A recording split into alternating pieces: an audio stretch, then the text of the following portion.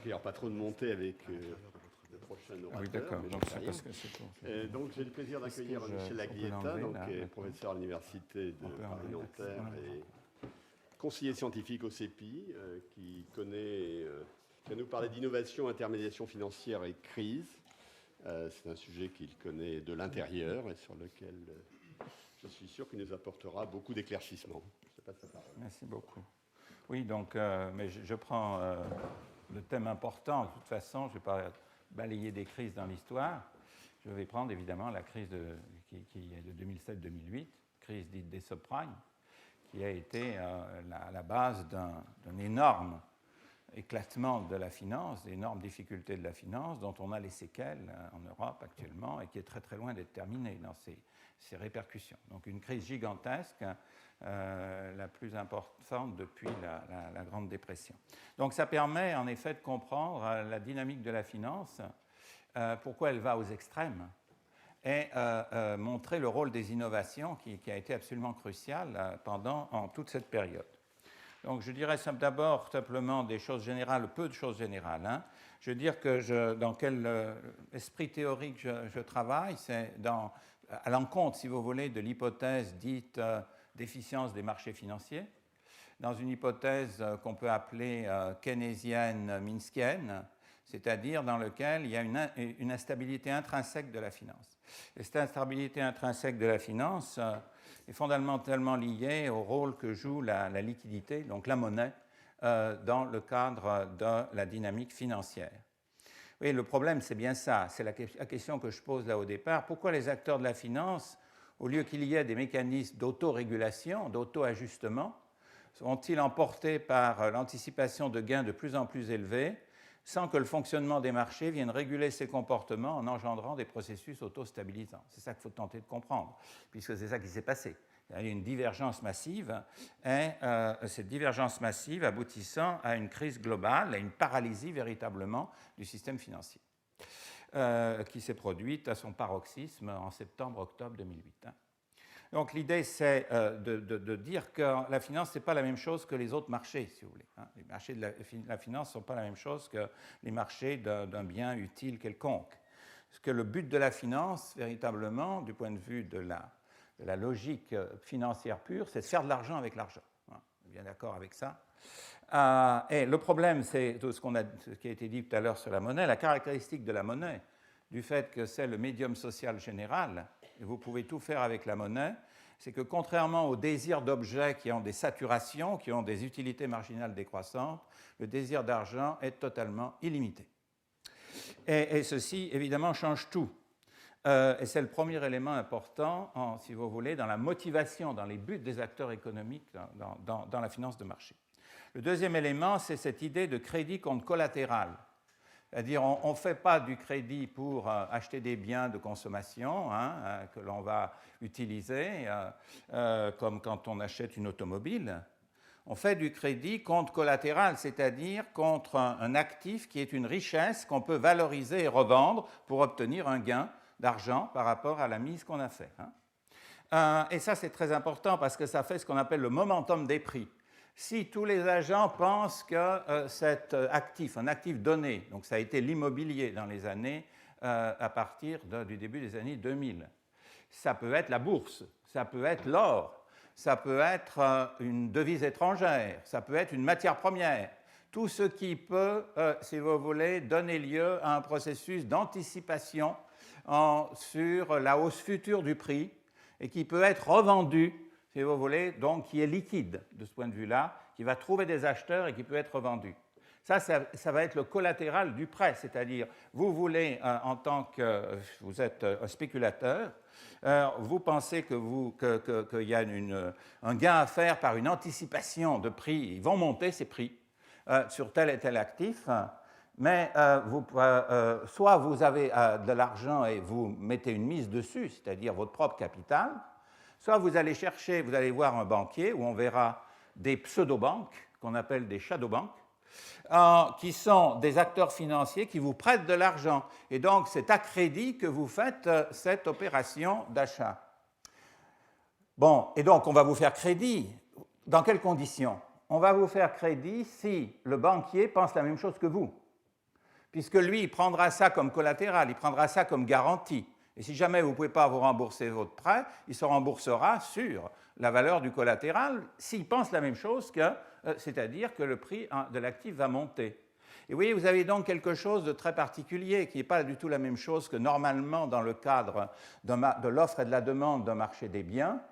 Vous avez une corrélation positive entre l'offre et la demande. L'offre et la demande de crédit sont liées positivement puisqu'elles dépendent d'un même facteur qui est la hausse anticipée des prix d'actifs dès lors que cette anticipation devient un processus commun, que tout le monde anticipe la même chose.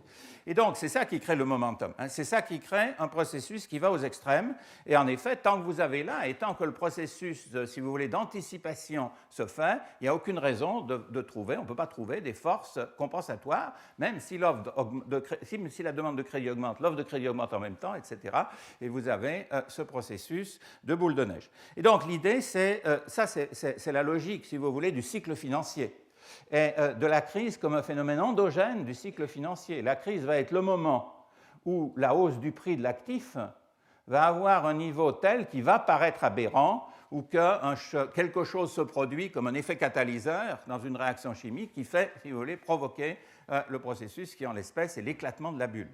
Car dès lors que vous avez une bulle de prix d'actifs, ça veut dire que les gains qui sont derrière sont imaginaires. Et à un moment donné, ce caractère imaginaire va apparaître et donc la bulle va éclater et à ce moment-là, on va révéler le fait que derrière ces crédits, il n'y a rien du tout et donc le processus de panique va se faire. Ça, c'est la logique générale des bulles financières et des crises financières. L'historien américain Kindleberger montre que c'est ça depuis au moins le XVIIe siècle. N'est-ce pas ? Bon, ça c'est le premier aspect. Et donc, ce qui nous intéresse, c'est l'innovation financière par rapport à ça. Pourquoi, dans cette logique générale, ce qui s'est passé dans les années 2000 a été d'une force et d'une amplification incroyable et qui a provoqué par conséquent ce processus catastrophique qui s'est produit en 2008. Eh bien, il y a 3 éléments que je m'en vais essayer d'évaluer d'avancer avec vous et puis de les connecter pour montrer qu'on a un cycle financier qui a été amplifié manifestement par l'innovation.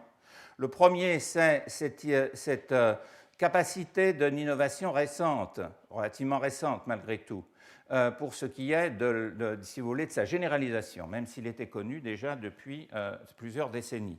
C'est ce qu'on appelle la titrisation. Transformer des crédits, et normalement un crédit au sens, si vous voulez, simple du terme, c'est une relation bilatérale entre un prêteur et un emprunteur. Et le crédit reste dans les livres, dans le bilan du prêteur jusqu'à l'échéance. Ça, c'est le crédit sans terme du terme. Là, ce n'est pas ça du tout, le type de crédit en question. C'est des crédits qui sont transformés en titres liquides. Et c'est là la chose importante. Ils sont transformés en titres financiers liquides. Ça, c'est la titrisation. C'est rendu possible grâce à ce qu'on a appelé le mark-to-market, c'est-à-dire une révolution dans la comptabilité, où la comptabilité devient dépendante complètement des valeurs des marchés financiers. Premier élément. Deuxième élément, le shadow banking, c'est-à-dire qu'au lieu que ce soit des prêts directs de banque commerciale à des emprunteurs, même prêts contre collatéral, ça allait beaucoup plus loin que ça. Vous avez un ensemble d'opérateurs financiers qu'on appelle les shadow banks. Donc, parmi les plus célèbres, vous avez les hedge funds, des fonds d'investissement, ce qu'on appelle aussi des fonds de fonds, c'est-à-dire des fonds d'investissement qui investissent dans des hedge funds et dans des groupes de hedge funds, etc. Donc, il y a toute une floraison d'acteurs financiers qui sont très liés aux banques et très liés à ce qu'on appelle les banques d'affaires et qui constituent le shadow banking.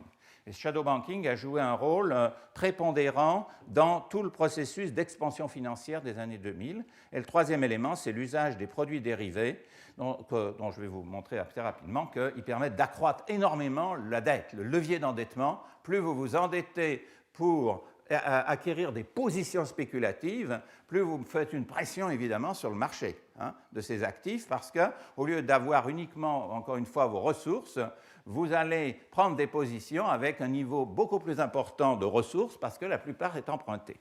Et le mode d'emprunt, on a trouvé des modes d'emprunt formidables, incorporés aux produits dérivés. Le produit dérivé a souvent un levier, si vous voulez, qui lui est totalement incorporé et qui n'apparaît pas comme simple pour des non-initiés.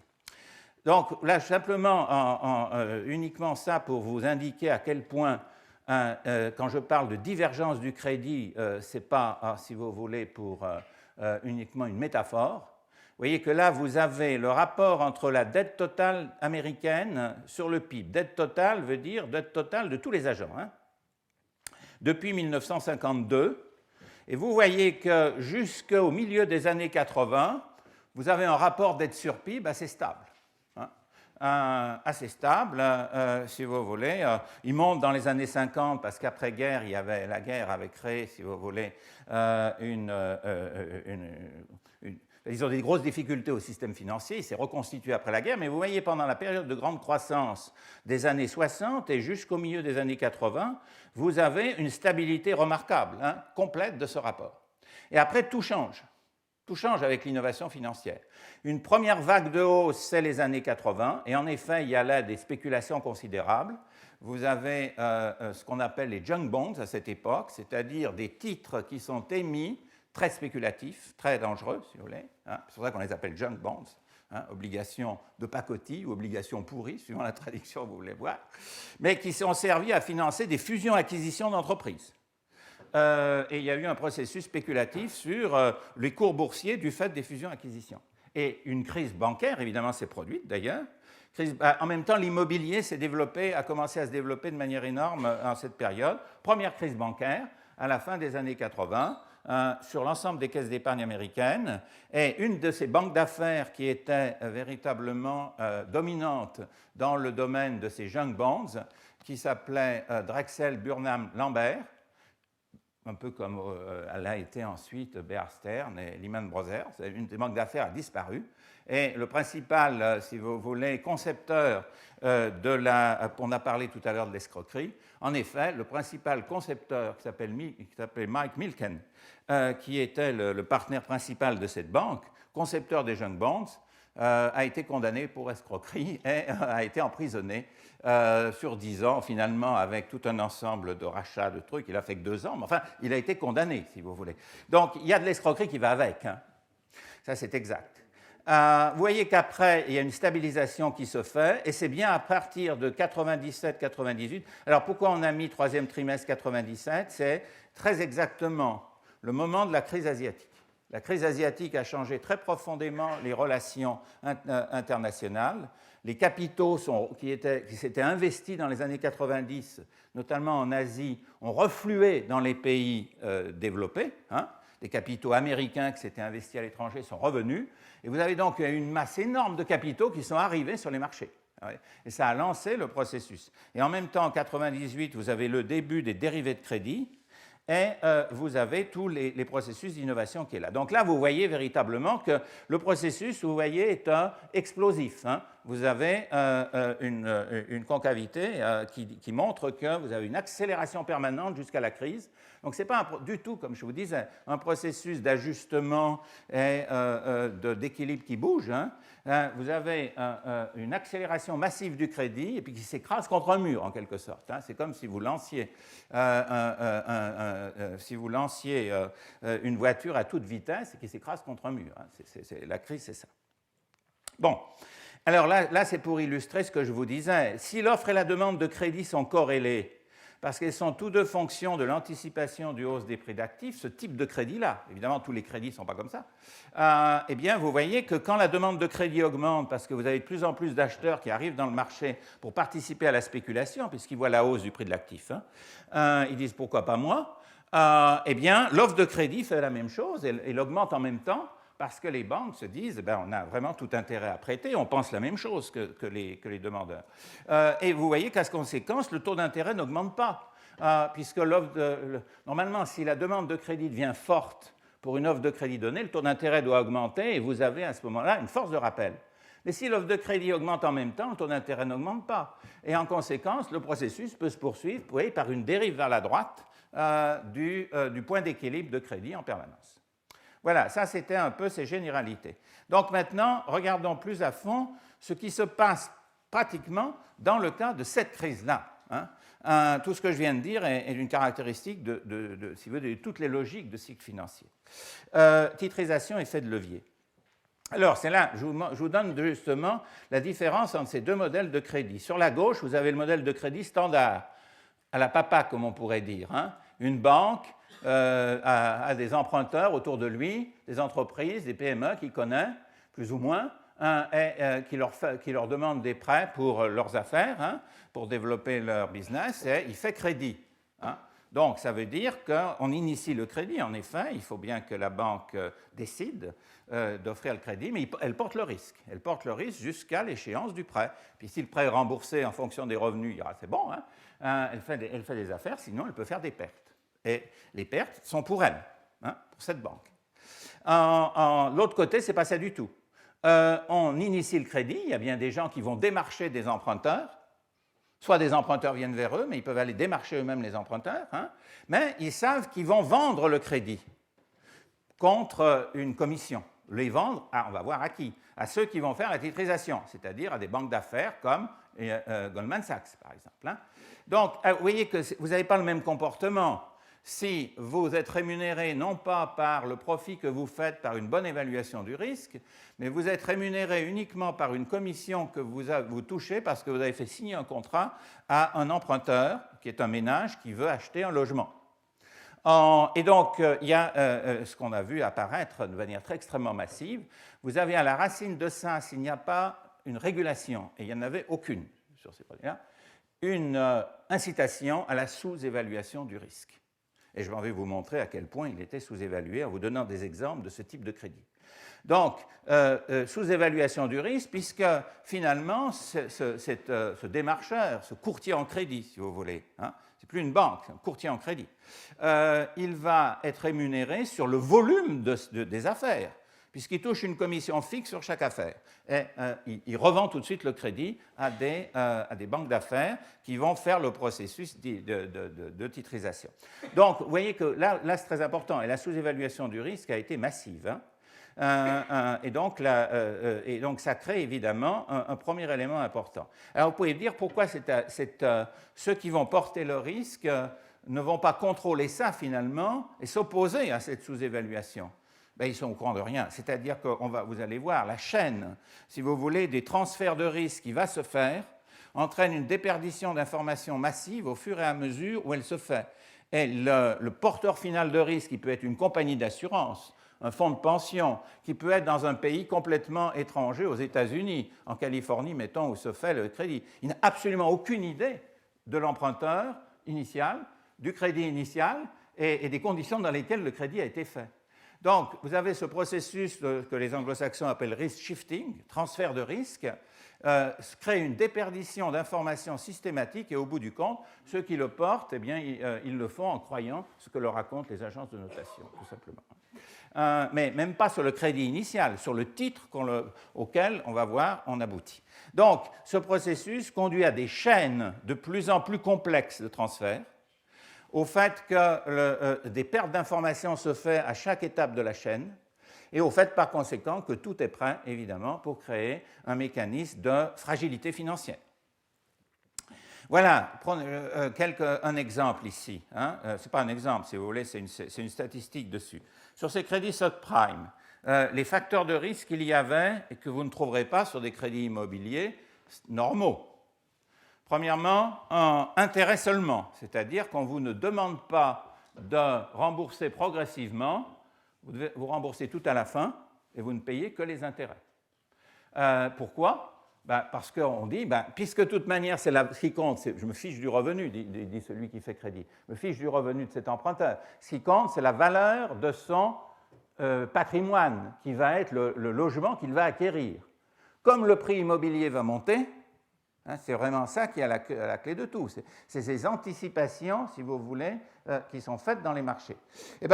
Ça me suffit de lui prêter, qu'il me rembourse à la fin. Puis s'il ne me rembourse pas, je saisirai son bien, puis c'est terminé. Deuxième élément, pas d'apport personnel. Vous voyez à quel point, quand je vous disais qu'on ne regardait pas trop ce qui se passait, chez nous, on ne fait pas de crédit sans apport personnel en France. 38%, c'est quand même pas n'importe quoi, 38% des crédits subprime étaient faits sans apport personnel du tout, c'est-à-dire 100% crédit, 100% de la valeur du bien acheté. Et vous voyez, pas de documentation sur le revenu de l'emprunteur. Quand je vous disais que ça se faisait absolument pas en regardant, c'est l'opposé du crédit habituel, quand vous regardez quand même, si vous voulez un crédit pour acheter une automobile, on va regarder vos revenus, vos feuilles de salaire, etc., quand une banque le fait normalement. Là, zéro. On ne demandait absolument pas de documentation et en fait, on pressait les ménages pour qu'ils signent véritablement les emprunts. Ce qui compte, c'était faire le maximum de volume d'emprunts subprime.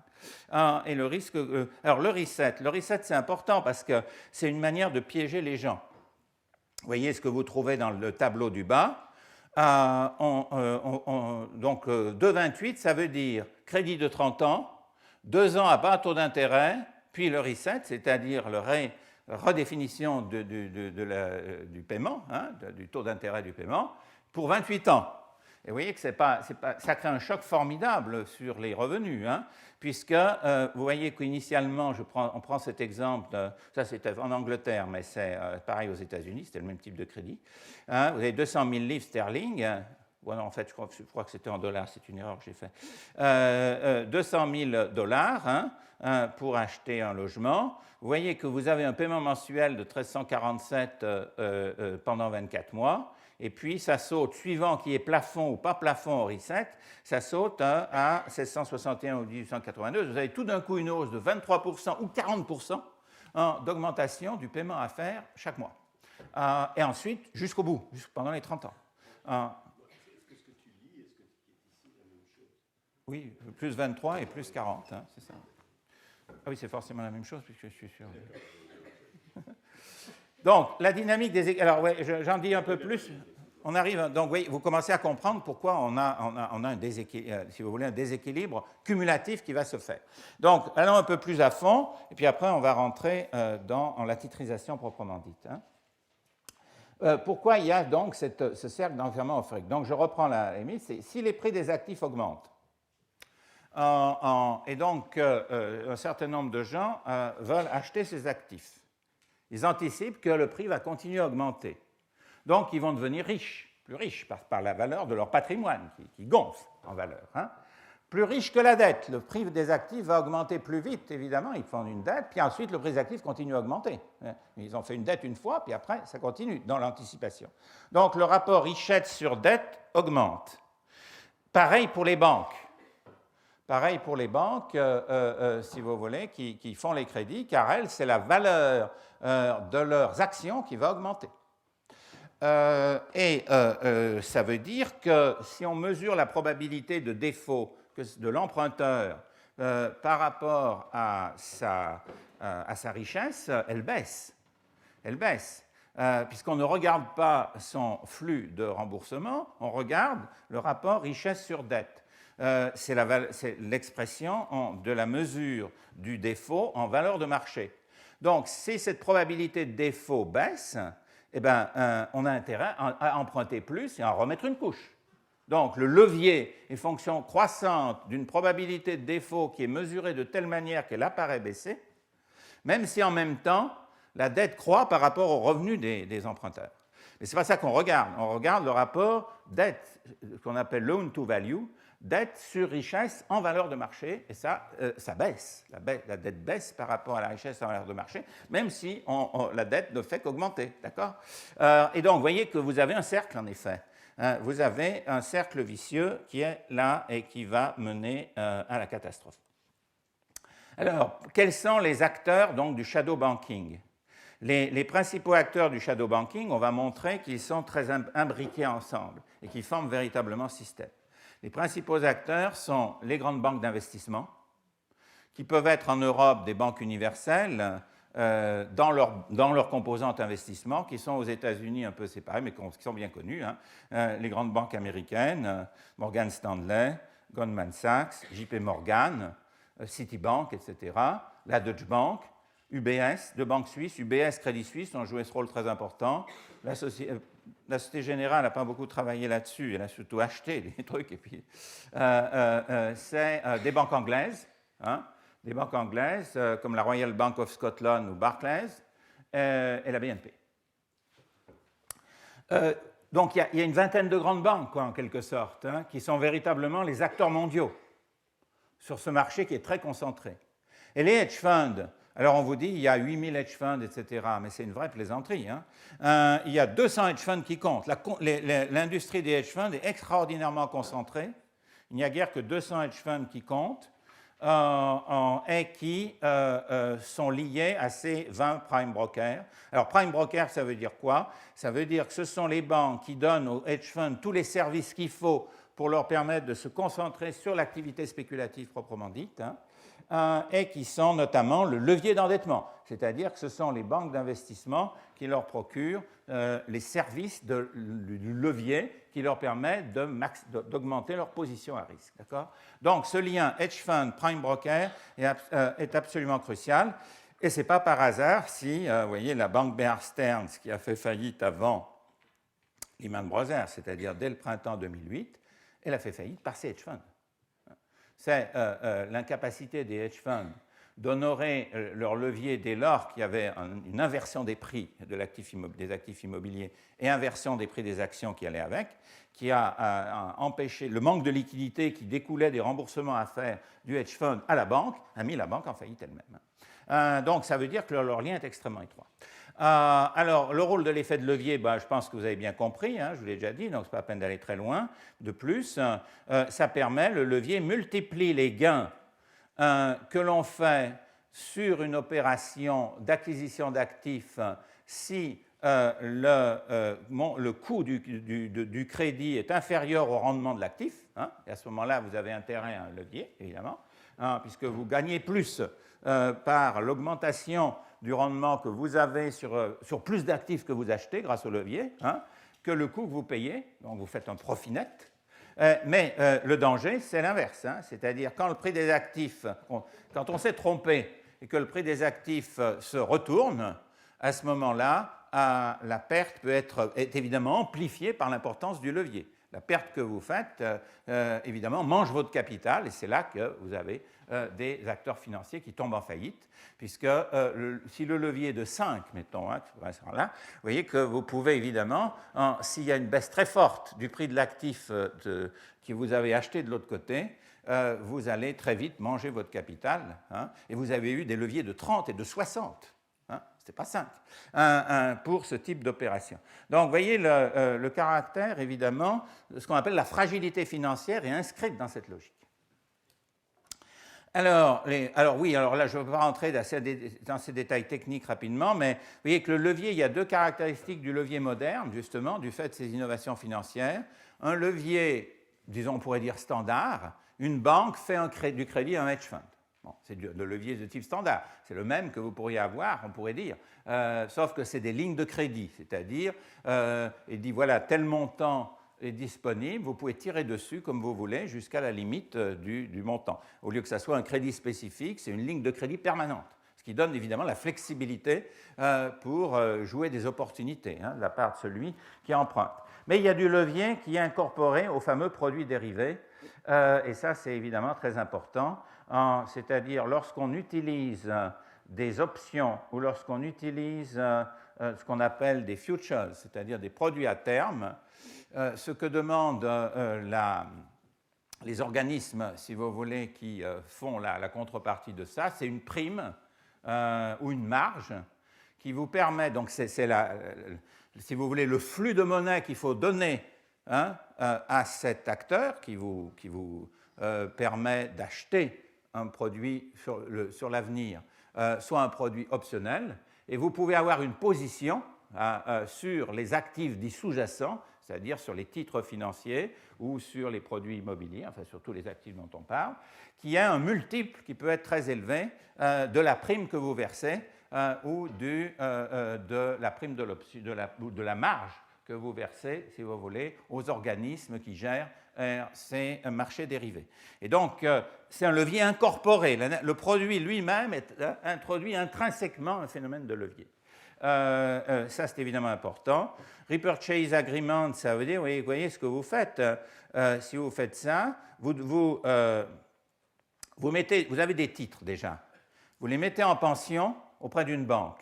En pension, ça veut dire pendant un temps donné. Vous dites, voilà, vous allez me donner le cash correspondant au titre que je mets chez vous. Mais ensuite, au bout d'un certain temps bien défini, je les récupère. Il reste dans le bilan de qui?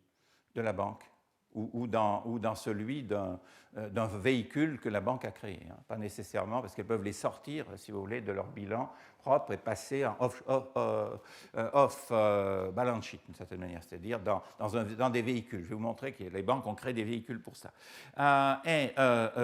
Donc, vous voyez qu'avec ce cash, elle achète de nouveaux titres, hein, et par conséquent, si tout se passe bien après, c'est-à-dire s'il a bien anticipé le prix, au bout du compte, elle va obtenir le rendement, elle revend tous les titres,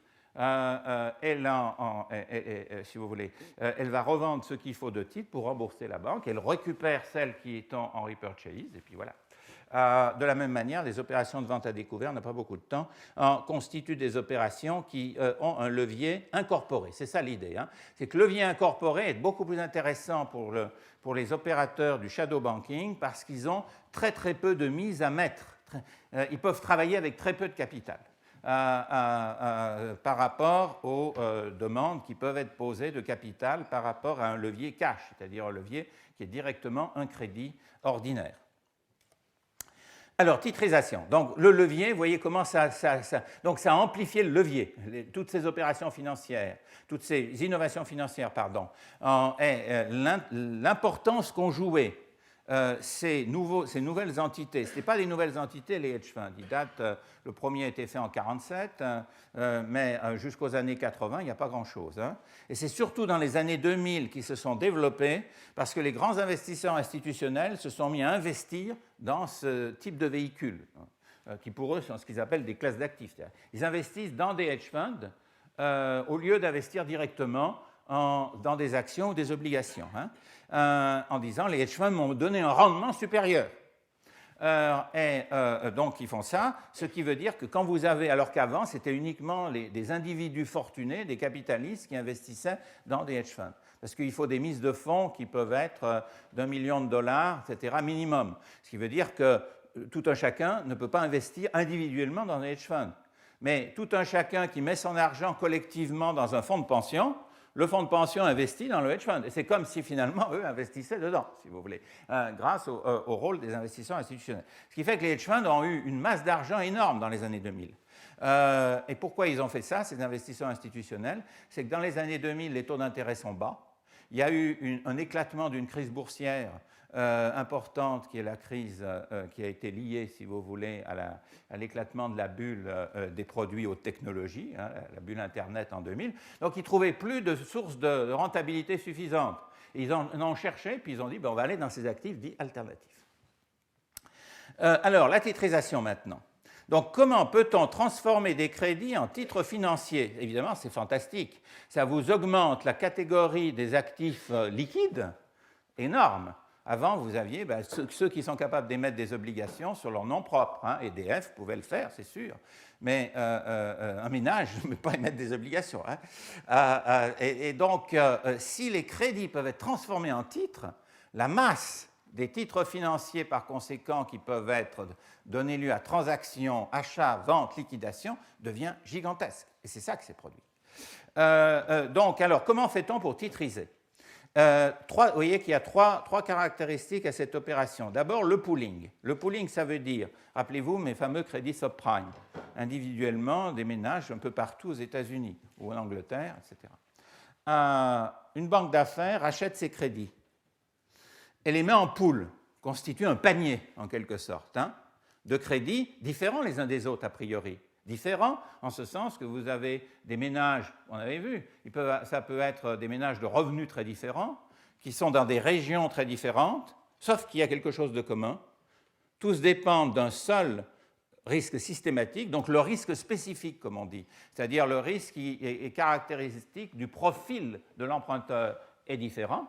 Et donc, il se frotte les mains, la banque d'affaires, elle dit, à ce moment-là, moi, le risque du panier, du fait que ces crédits sont indépendants les uns des autres, le risque du panier est beaucoup plus faible que le risque de chaque crédit séparément, puisqu'ils peuvent se compenser. Si une région a des difficultés, une autre ne l'aura pas nécessairement. Si un ménage a des problèmes, un autre ne l'aura pas nécessairement. Moi, j'ai un panier, vous voyez, ces paniers étaient importants, 2000 crédits. 2000 crédits. mais ils avaient, et c'est ça que, c'est là, véritablement, on peut demander si c'est une erreur ou une escroquerie ou quoi que ce soit, mais tous dépendaient du même facteur systématique qui était le prix, le prix de l'immobilier. Et donc, l'hypothèse a été faite, mais elle a été faite délibérément. Hein, après, quand il y a eu les audiences au Congrès, ça a été très clair. Faite par les banques d'affaires et les agences de notation qui travaillent en symbiose pour valoriser ces produits. Donc, il faut valoriser ces produits. Eh bien, c'est que le prix immobilier ne pouvait pas baisser sur l'ensemble du territoire américain. Donc, une baisse générale était impossible parce qu'on ne l'avait pas vu depuis la guerre.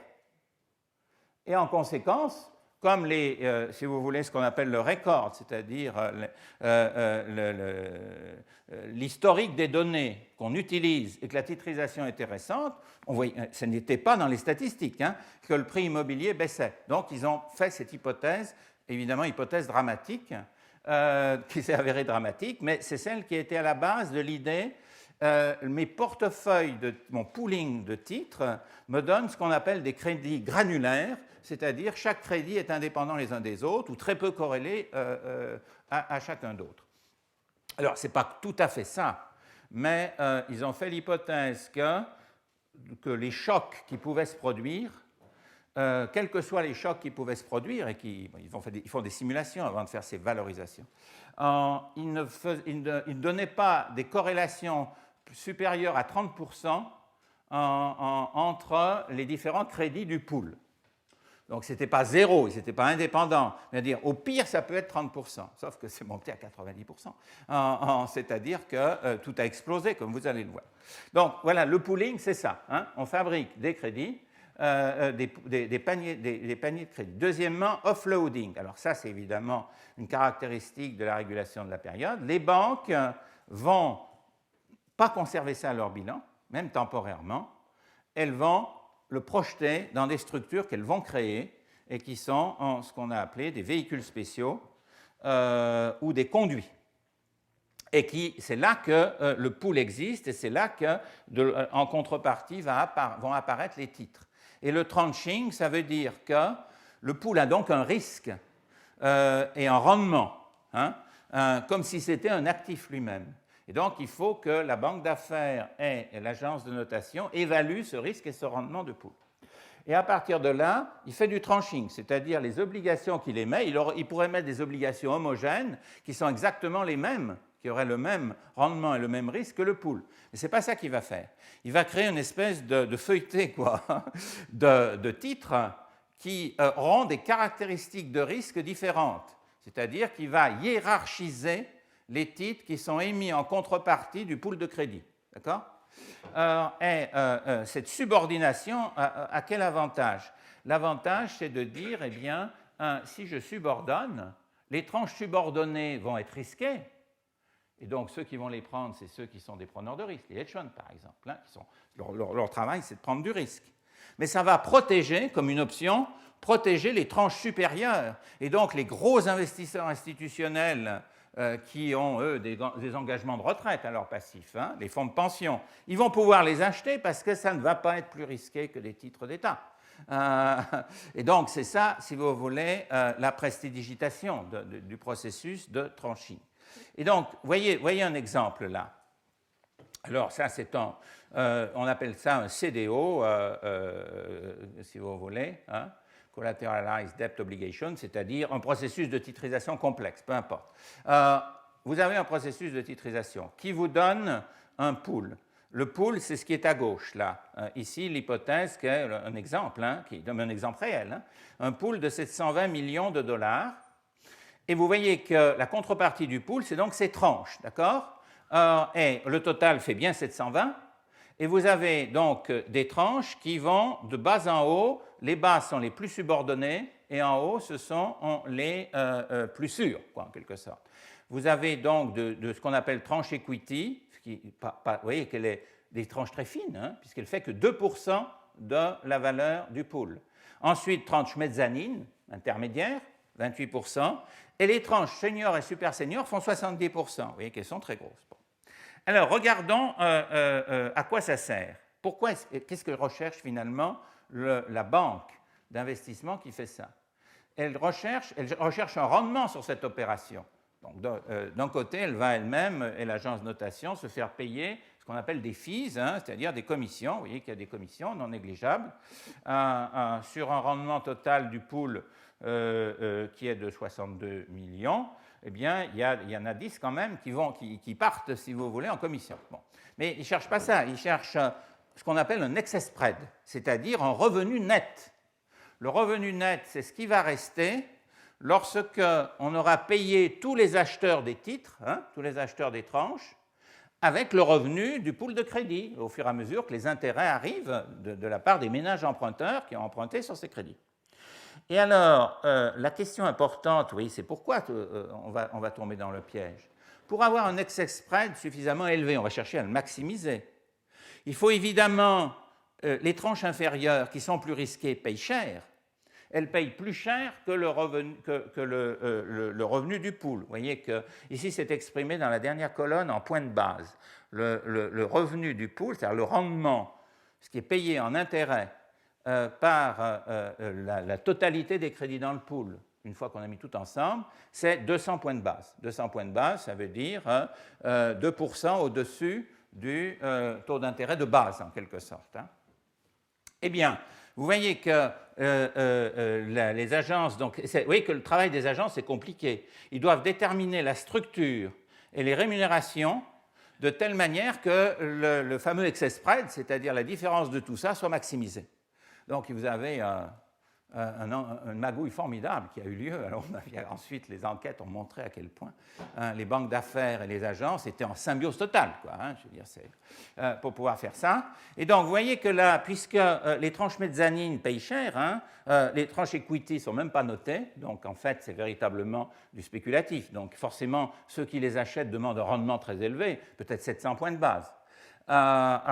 Les tranches mezzanines, 475, 180, et les tranches seniors sont faiblement, parce qu'elles sont considérées comme sans risque, par les agences comme sans risque, donc elles sont notées très, très fort, et donc obtiennent un rendement peu supérieur à celui des obligations d'État, puisqu'on dit que c'est la même notation que les obligations d'État. Alors, vous voyez où est le piège? C'est que si vous voulez maximiser l'excess spread, il faut gonfler la partie senior et super senior, qui payent peu, pour pouvoir dégager pour vous, banque d'affaires, l'excess spread, et réduire au maximum la protection. Et donc, vous aviez un truc qui fonctionnait tant que, encore une fois, le risque ne se manifestait pas de manière très importante dans le pool, mais dès que le risque se manifestait dans le pool, entraînait, si vous voulez, immédiatement, et donc ça s'est fait finalement très rapidement, je veux dire à partir du mois d'août 2007, les prix immobiliers avaient commencé à baisser déjà à partir de la fin de l'année 2006. C'est à partir d'août 2007 que la crise a commencé et qu'on s'est aperçu que ce marché, si vous voulez, se rigidifiait complètement. On ne pouvait plus faire de transactions dessus. Pourquoi? Donc, c'est que si le risque du pool devient très élevé, il balaye très très vite les tranches de bas, elles sont trop fines, il y a trop peu de crédit là-dedans, pour pouvoir protéger celles du haut. Et donc, ce sont les tranches qui, normalement, n'auraient jamais dû poser problème, puisqu'elles étaient données AAA, qui ont rencontré le maximum de pertes. Et donc, c'est évidemment, si vous voulez, un effet catastrophique, fantastique sur les marchés financiers, sur la perception du risque, etc. Et alors, il y a une autre manière de faire pour dégager un maximum d'excess spread, c'est qu'au lieu de faire, là je vous ai parlé d'une titrisation. Vous avez un pool de crédit, et puis en face, vous avez cette structure d'obligation. Mais pour gagner plus, je ne sais pas s'ils ont travaillé plus, mais en tout cas, ils ont titrisé plus. Ça, c'est sûr. C'est-à-dire faire des titrisations en chaîne. Donc, vous voyez cet exemple-là, vous partez de crédit subprime, vous les mettez en pool. Une partie très faible reste au bilan des banques, le reste est titrisé. La première titrisation, RMBS, s'appelle RMBS, Real Mortgage Backed Securities. Ça veut dire des obligations qui sont garanties par, si vous voulez, qui font face à des pools de crédit mortgage, c'est-à-dire hypothécaires. Vous voyez qu'une partie va être achetée, et donc elles sont dans la titrisation, mais elles ne rentrent pas dans la seconde. C'est la tranche equity d'un côté, c'est les tranches seniors de l'autre. Mais les tranches mezzanines, disons, qui sont difficiles à acheter, eh bien, qu'à cela ne tienne, on va faire des pools de ces tranches mezzanines, considérer que c'est des crédits eux-mêmes, et hop, on recommence l'opération, etc. Et on peut la recommencer en chaîne infinie, a priori. En effet, il y a eu des CDO au carré et des CDO au cube. Bon. Ce qui veut dire qu'il devient totalement impossible de savoir qu'est-ce qu'il y a à l'intérieur du pool de crédit. Vous êtes tellement loin du crédit initial que vous ne savez plus évaluer fondamentalement. C'est-à-dire que fondamentalement, ce type de produit arrivait à une complexité qui les rendait impossibles à évaluer, même par les professionnels de fait. Et donc, quand je disais le dépérissement d'informations, vous en comprenez maintenant la raison. Alors, effectivement, ici, vous traversez. Alors là, vous voyez, c'est assez intéressant. C'est une simulation qui permet de montrer pourquoi ça a explosé. En effet, tel que c'est fabriqué, vous avez compris que, finalement, vous avez le pool d'un côté, c'est de la comptabilité. Hein. Il ne se crée rien, en vérité. Hein. Il se crée un ex-exprès par la manière dont on a structuré, si vous voulez, les rendements. Mais en termes de valeur, la valeur du pool est égale à la valeur de la somme des obligations qui sont émises. Hein. Donc, si on fait des pertes sur les tranches structurées, la somme des pertes va être la perte du pool. Mais qui va perdre? Eh bien, vous voyez qu'ici, vous avez ce qui est indiqué à l'abscisse, c'est le tranching. C'est à combien du total du montant on dit qu'on est dans la tranche equity, dans la tranche mezzanine, etc. 0,3%, c'est la tranche equity. 3,6% du total du pool de crédit qui vient après, et jusqu'à 9,12, si vous voulez, c'est la tranche mezzanine. Ensuite, 12,22, c'est senior, et après, vous avez super senior. Et comment on a chargé super senior? 22 à 100. Suivant le degré de corrélation, qui elle-même va dépendre de l'évolution du prix immobilier. Eh bien, vous voyez où sont distribuées les pertes. Quand vous avez une faible corrélation, vous voyez le premier, je prends seulement le premier et le dernier, 10%. Vous voyez que les pertes sont bien dans la tranche equity pour l'essentiel. Hein. C'est le bleu, finalement. Hein. C'est lui qui perd, c'est-à-dire vous avez 1% de perte sur le pool, vous avez la moitié déjà qui est absorbée par la tranche equity. Et si vous regardez les tranches de droite, senior, super senior, pour 10% de corrélation, elles perdent 0. Effectivement, elles sont protégées. Si vous passez à l'opposé extrême, 90%, c'est-à-dire le prix immobilier s'est effondré, et non seulement il s'est retourné, mais il s'est effondré. Eh bien, donc, corrélation massive des titres, des crédits. Peu importe qu'ils aient été individualisés à Chicago ou bien en Californie, ils dépendent du même prix immobilier, donc c'est comme si vous aviez plus qu'un seul crédit. Et un seul crédit, 100%, c'est comme si vous aviez un crédit homogène. 90%, vous vous en rapprochez. Et donc, vous voyez que ces tranches-là sont balayées immédiatement, vu la masse des pertes qui arrivent, et c'est toute la tranche super senior qui subit le tout pratiquement. Hein. Plus de 80% de la perte est prise dans les tranches qui étaient considérées comme absolument sûres. Quand vous avez un tel choc financier, vous comprenez les conséquences que ça a sur l'attitude à l'égard du risque des opérateurs, hein, des fonds de pension, etc., qui font des pertes massives, qui ne peuvent plus payer les retraites derrière. Il faut voir les conséquences en chaîne qu'entraîne une telle catastrophe financière. Mais vous voyez la nature de la catastrophe financière et comment l'ingénierie financière et la volonté à tout prix de ce que les anglo-saxons appellent le greed, hein, c'est-à-dire cette envie absolument du maximum de profit, a produit dans la part des banques, en fait. Donc, voilà. Alors, reste l'autre aspect qui est important. Est-ce que j'ai le temps de le faire ou pas?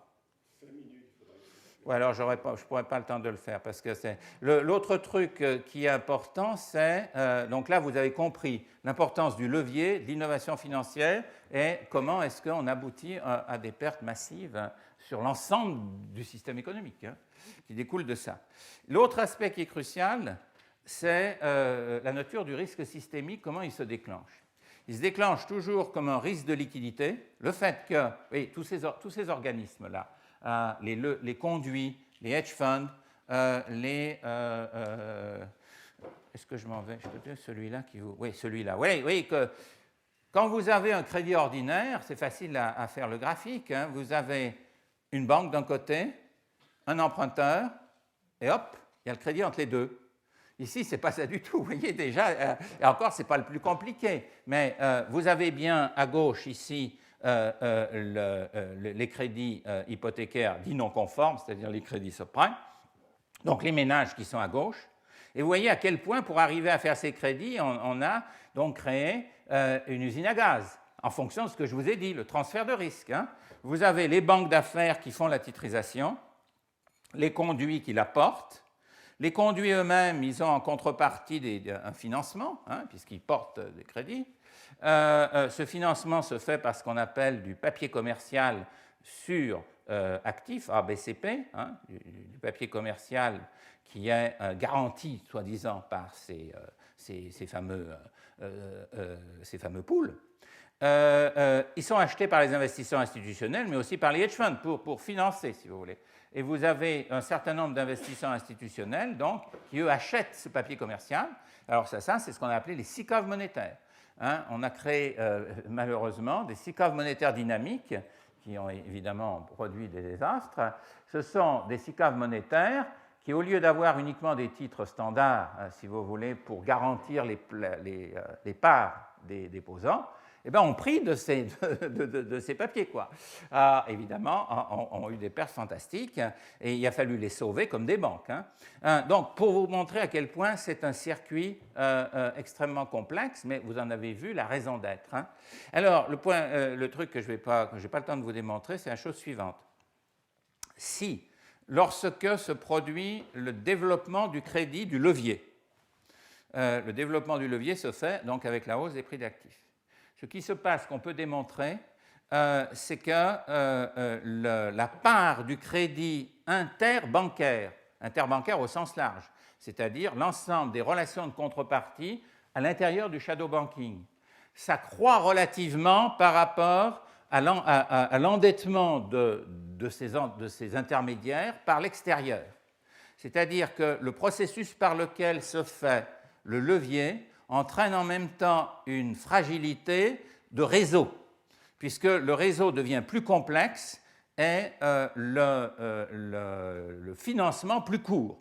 Donc on finance des produits de plus en plus finalement illiquides, puisqu'on a vu que pour avancer dans ce processus de titrisation, il fallait d'abord faire des crédits à des ménages qui étaient de moins en moins solvables, puisqu'on avait, si vous voulez, utilisé déjà les autres avant. Donc des ménages de moins en moins solvables intrinsèquement, sans revenus, avec des revenus très faibles. Donc on avait des titres qui étaient en fait illiquides fondamentalement et très risqués. Et on les finançait au fur et à mesure que le processus de spéculation augmentait avec des dettes très courtes pour pouvoir évidemment obtenir un gain, encore une fois, d'intermédiation maximum de la part des intermédiaires. Ça entraînait une densification du réseau, on peut le démontrer, et donc le risque de contrepartie qui est essentiel dans le risque systémique. Si vous voulez, lorsque vous avez un tel réseau de relations de marché où il n'y a pas de dépôt derrière, il n'y a pas de sources de liquidité qui sont des sources sûres, et où toute la liquidité est obtenue par des emprunts de court terme dans le marché monétaire, souscrits encore une fois par des fonds communs de placement. Eh bien, ce que vous avez, c'est une fragilité systémique. Tout se passe si vous avez une interruption du réseau à un moment donné, par le fait que certains acteurs, les conduits en l'espèce en question, ne peuvent plus financer les portefeuilles d'obligations qu'ils ont transitoirement, ils n'ont pas eu le temps de les vendre aux investisseurs institutionnels finaux. Vous avez en quelque sorte comme l'interruption d'un circuit électrique. Et quand un circuit électrique se coupe à un endroit, il s'effondre complètement. C'est ce qui se passe, c'est ce qui s'est passé. Le fait qu'il ne se soit pas effondré effectivement complètement, c'est parce que les banques centrales l'ont pris en charge. Et donc, vous avez la prise en charge par les banques centrales du total. Donc ça peut être démontré, je n'ai pas le temps de le faire. Et j'aboutis au dernier, donc c'est ça, il y a une démonstration mathématique un peu, mais enfin, de ce que je vous dis. Et donc, ce qui m'intéresse, c'est d'arriver ici aux conclusions qu'on peut en tirer. Donc, pour prévenir, ce qu'on veut, c'est prévenir le risque systémique qui découle de ce processus. puisque finalement, il aboutit à mettre en cause l'ensemble de l'économie. Il menace toute l'économie. Ça aboutit au chômage, finalement, si vous voulez. C'est la caractéristique d'une crise systémique. Donc, ce qu'il faut, d'après tout ce qu'on a vu, il suffit d'en tirer les conséquences, modérer les fluctuations du levier et de la taille des bilans au cours de la phase un peu euphorique du cycle. Quand les choses vont bien, commence à prendre racine ce processus de valorisation des prix, et la valorisation des prix des actifs commence à se si vous voulez, à déraper par rapport à ce qu'on pourrait appeler la santé économique de l'économie, la rentabilité du capital productif effectif dans ces opérations de production de valeur réelle. Eh bien, c'est le levier on a vu, qui le permet. Et donc, il faut pouvoir limiter les fluctuations du levier et de la taille des bilans des opérateurs, ce qui veut dire, c'est ce qu'on appelle la régulation contracyclique du crédit. C'est-à-dire, la Banque centrale ne peut pas le faire uniquement par le taux d'intérêt. Elle doit pouvoir utiliser des outils de type quantitatif qui permet de maîtriser la progression du crédit. Vous voyez, c'est le fait que le crédit se met à déraper beaucoup plus vite que la valeur ajoutée produite par l'économie. Donc, pour éviter ça, il faut que les banques centrales modifient leur doctrine, qui était ne jamais s'occuper de ce qui se passe dans les marchés financiers, ne s'occuper que du niveau des prix des biens. Or, c'est ce qu'on a vu, cette dynamique-là est indépendante des prix des biens. Ce n'est pas l'inflation des prix des biens qui a entraîné le processus. L'inflation a été la plus basse possible depuis des décennies dans les années 2000, pendant que se faisait ce dérapage. Donc, il faut que la Banque centrale, si elle s'intéresse à la stabilité financière, s'occupe directement du crédit, du montant du crédit, de là où il tente à être excessif, et par conséquent ait des outils quantitatifs qui viennent compléter l'usage du taux d'intérêt. Et donc, c'est ce qui est aujourd'hui en débat, comment la politique monétaire doit se modifier pour prendre en compte la stabilité financière. Deuxième élément, l'idée de mismatch a été très importante, c'est-à-dire, comme je vous ai dit, ces acquisitions de produits titrisés, ce qu'on appelle les crédits structurés, a été fait avec des financements par dette de plus en plus courts. Les organismes qui faisaient l'opération d'acheter ces crédits pour les revendre, ils étaient financés pour porter ces crédits à leur actif par un endettement extraordinairement court, ce qui était ces fameux papiers commerciaux garantis par les actifs, ABCP. Et donc, ce qu'il faut, c'est obliger, donc il y a un mismatch, comme on dit, un mismatch d'échéance. C'est très dangereux de financer des actifs de liquidité finalement douteuses quand les conditions commencent à se retourner par des dettes très courtes. Là, vous êtes complètement étranglé, quoi, parce que vous n'avez plus le moyen, si vous voulez, de payer vos dettes.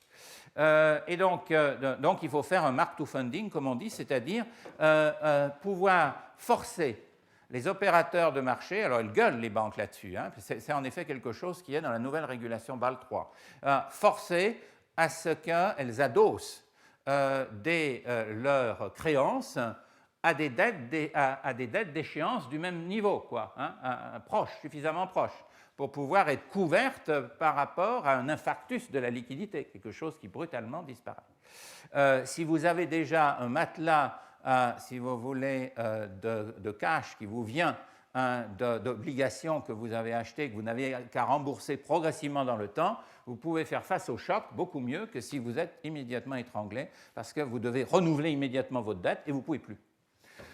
Donc, c'est le deuxième élément. Vous voyez, ça résulte directement de ce qu'on a dit. Troisièmement, c'est ce problème de chaîne d'intermédiation. Je n'ai pas eu le temps de le démontrer, mais je vous en ai donné le résultat. Et donc, c'est tout à fait, si vous voulez, ça n'a absolument aucun intérêt économique. Et c'était uniquement pour dégager finalement une rente sur tout le reste de l'économie par cet ensemble, si vous voulez, cette nébuleuse de prêteurs, de shadow banking. Cette complexification n'a été liée qu'à ça, qu'au phénomène de dégager le maximum d'excess spread, etc. eh ben, il faut supprimer ça. Il existe, il faut comprendre que, et ça pour l'instant on ne l'a jamais fait, que l'innovation en finance peut être extrêmement nocive de la même manière que vous ne pouvez pas mettre n'importe quelle molécule sur un marché des produits médicaux, quoi. Et qu'il devrait y avoir une évaluation et des simulations a priori des nouveaux produits pour pouvoir en tester, si vous voulez. Si on avait testé ça dans les conditions extrêmes à l'avance, on aurait vu que ce type de titrisation pouvait faire exploser, si vous voulez, par le fait que les poules de crédit devenaient très corrélées, faisait complètement exploser le risque sur les tranches les plus avancées, sur les tranches. Ça n'a jamais été fait. La titrisation en finance est considérée comme étant automatiquement favorable. Et le dernier élément, donc ça c'est un truc très important, et il existe aujourd'hui des catégories de titres qu'on appelle covered bonds, qui permettent d'avoir une sécurité suffisante parce que les banques doivent les garder à leur bilan, qu'elles sont couvertes par des actifs de haute qualité vérifiés et qu'en cas de remboursement de la part des investisseurs institutionnels qui les achètent, elles ont une priorité par rapport à d'autres catégories de titres. Donc, oui, j'arrête. J'arrête, puis c'est le dernier. Et donc, le dernier élément, vous voyez, c'est ça, les chaînes de transactions de gré à gré, dont on a vu qu'elles ont entraîné une déperdition massive d'informations. Elles doivent être remplacées par ce qu'on appelle des marchés organisés, avec des chambres de compensation qui font de toute façon la compensation du risque et qui surveillent le processus et qui pourraient arriver à réduire. Donc il y a des solutions à ce type de problème, mais ces solutions supposent évidemment que le lobby bancaire puisse être maîtrisé par les régulateurs publics. Voilà. Merci.